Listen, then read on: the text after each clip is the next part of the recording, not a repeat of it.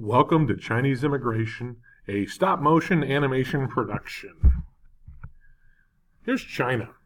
China is a large country in Asia with hundreds of millions of people in it in the 19th century. And we're going to have some folks move from China to America. In fact, here's one such individual. This is our friend Wing Su. Wing Su lives in East Central China.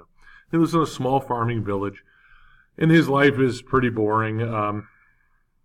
Pretty much gets up every day and farms and then goes to bed. And he hears that things in North America might be a little better. So as a young man, Wing Su decides that he would like to maybe try that. So he starts working his way to the coast. And once he reaches the coast of China, he's going to get on a boat. And in steerage, he's going to start taking off across the Pacific Ocean.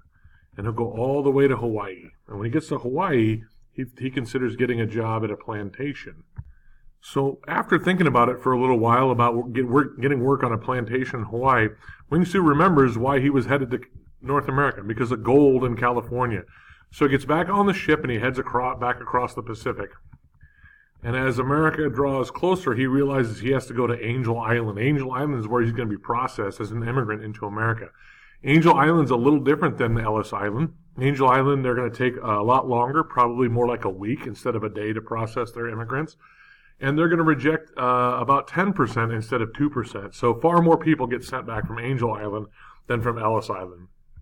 But our friend at Wing Su makes it through Angel Island, and he's going to settle around the San Francisco area because that's where the gold fields are. And he's going to try to find gold in the gold fields, and he's going to work for some miners, maybe become a merchant, maybe he has a laundry business, something like that, and he's going to try to make his money by mining the miners. But he isn't real successful. So he's going to turn then to working on the railroad. And he's going to get hired by the Central Pacific Railroad, and he and all his friends are going to be really good at laying railroad tracks. And they're going to lay tracks across the West, and they're going to meet up with the Union Pacific in northern Utah.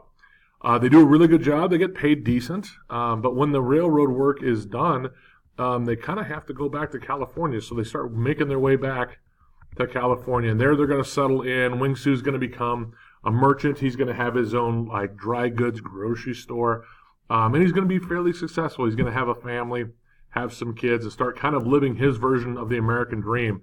But throughout the 1860s, 1870s, and in the early 1880s, anti-Chinese sentiment is really going to start growing in America, especially on the West Coast. And after living here for a while, people in Washington, D.C. are going to pass a law that says that there's too many Chinese here and we don't want to let any more in, and that's the Chinese Exclusion Act of 1882. They're going to pass that law, and they're going to basically let anybody in who's not Chinese, like this political cartoon shows. And Wing Su isn't going to be forced to leave America, but he's certainly going to feel like he's singled out as a Chinaman, and that's true. And there's the story of Chinese immigration. Thanks for watching.